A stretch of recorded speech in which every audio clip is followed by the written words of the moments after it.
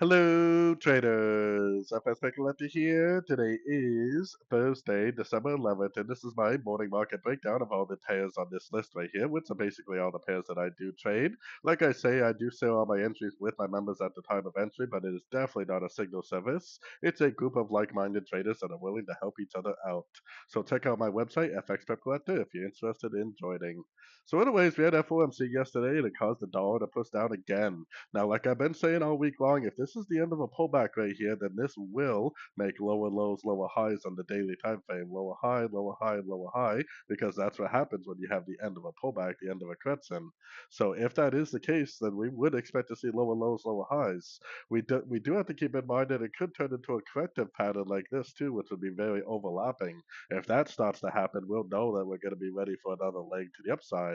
So hopefully we'll be learning and earning at the same time whether it turns into a corrective pattern or whether it is an impulsive pattern.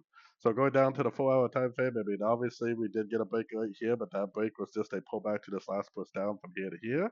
So we are definitely still very, very bearish going down to the 1 hour time frame. Now, on the 1 hour time frame, if we get a significant higher low, or preferably we get like a double bottom and then a break of structure, and that happens at near a Fibonacci retracement level, then at that point we would definitely become bullish the dollar.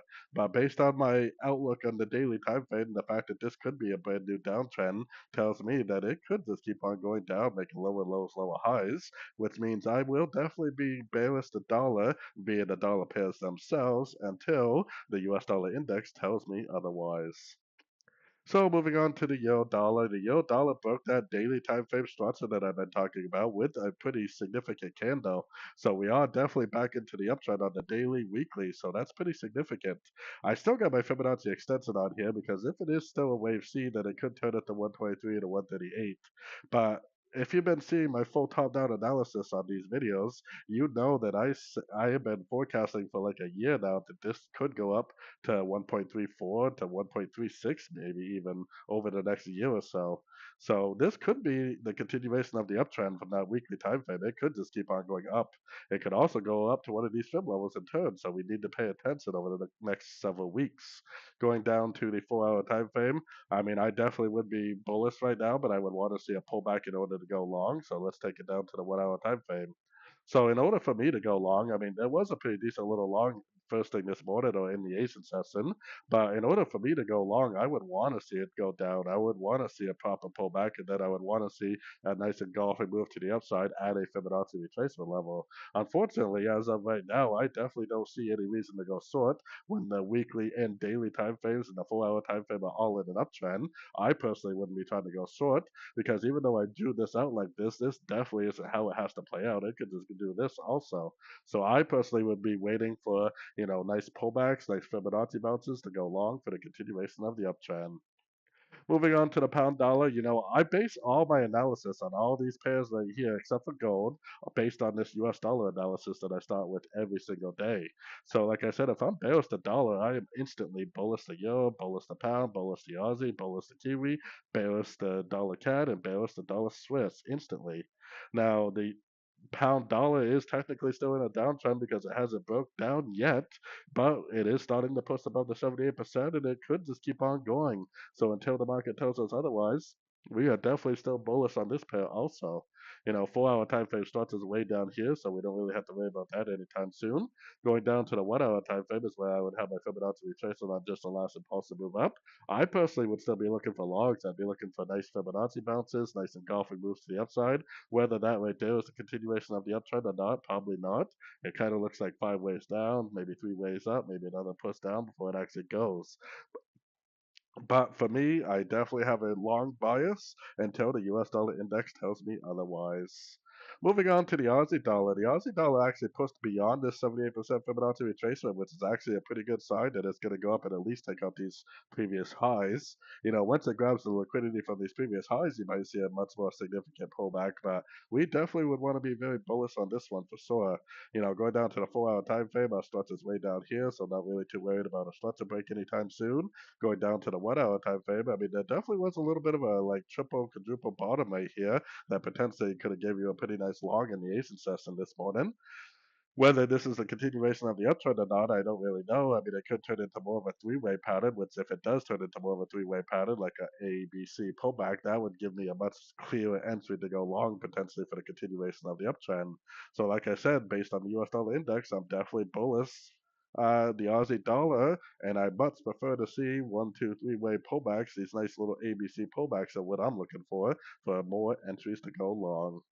Moving on to the Kiwi dollar actually broke the weekly time frame structure, as you can see. So we are not only in an uptrend on the daily, but we are now back into the uptrend on the weekly. And this possibly is the end of a wave C right here on the weekly. And if that's true, then this thing on the daily time frame will make higher highs, higher lows over the next several weeks. So definitely still very bullish on this one. 4 hour time frame structures way down here, so we definitely don't need to worry about any structure break anytime soon. So anything I see to the downside, I definitely would be assuming is nothing more than a pullback within an uptrend. We already got a little bit of a three-way pullback right here, but based on some of the other pairs, I mean, it could just keep on going up from here because it is a three-way pullback. But based on a lot of the other pairs, it kind of would make sense if it did something like this, made a little bit more of a proper ABC before it actually continued up.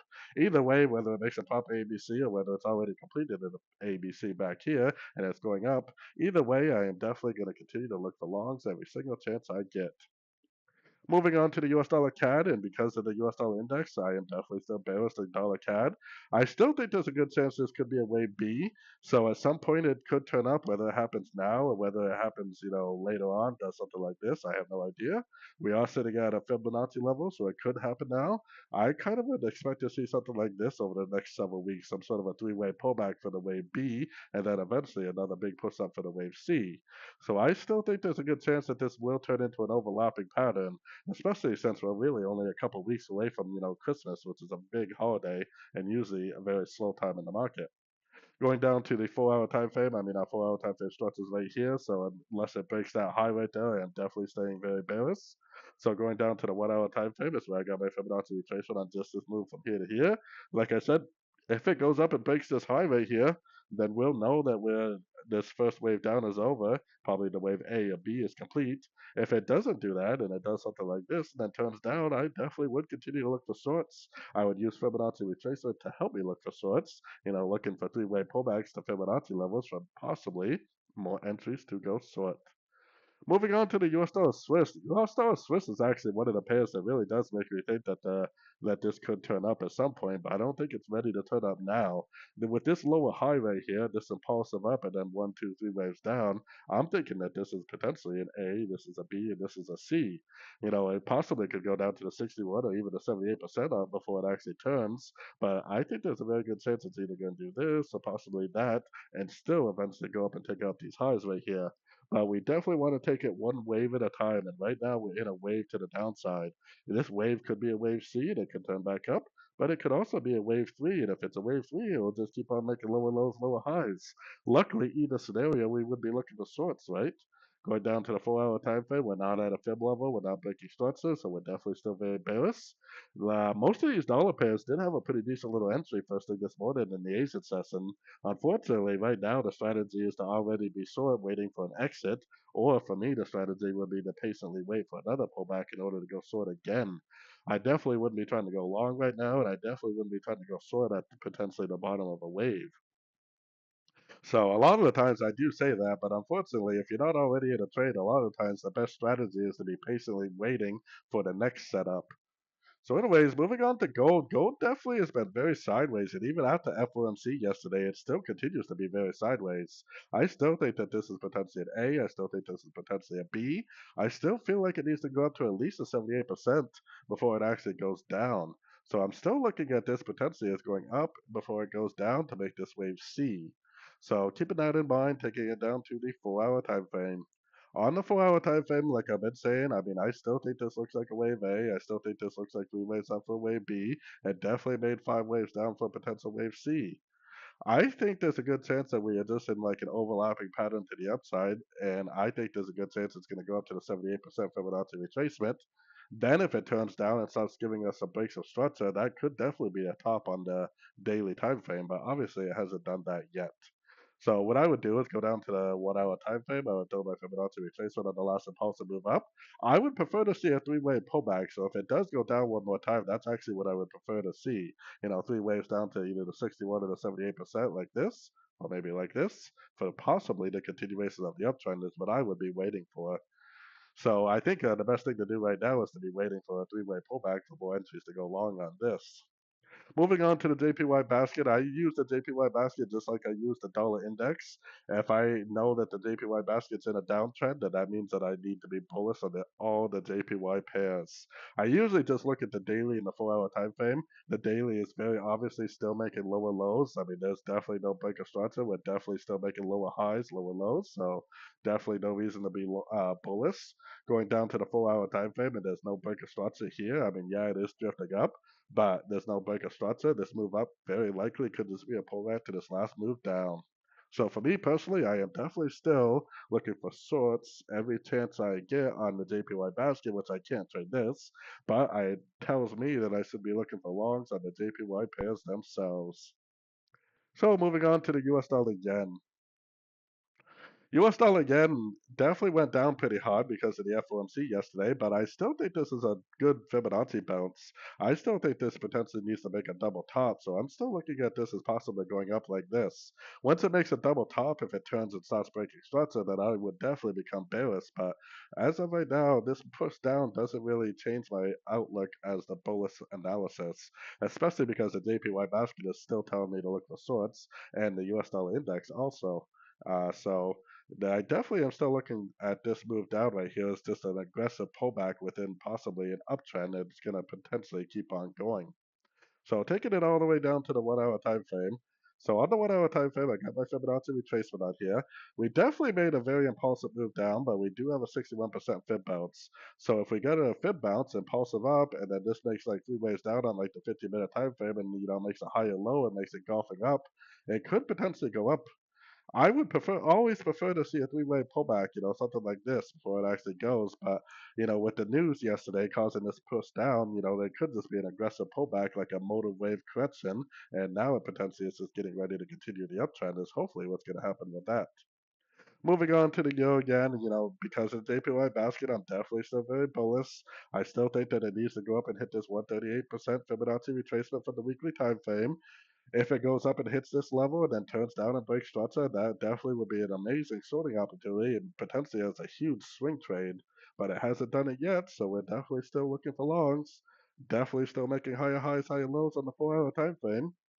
Moving down to the 1 hour time frame, it really not a very shallow pullback, but look at this. One wave down, three waves up, one wave down.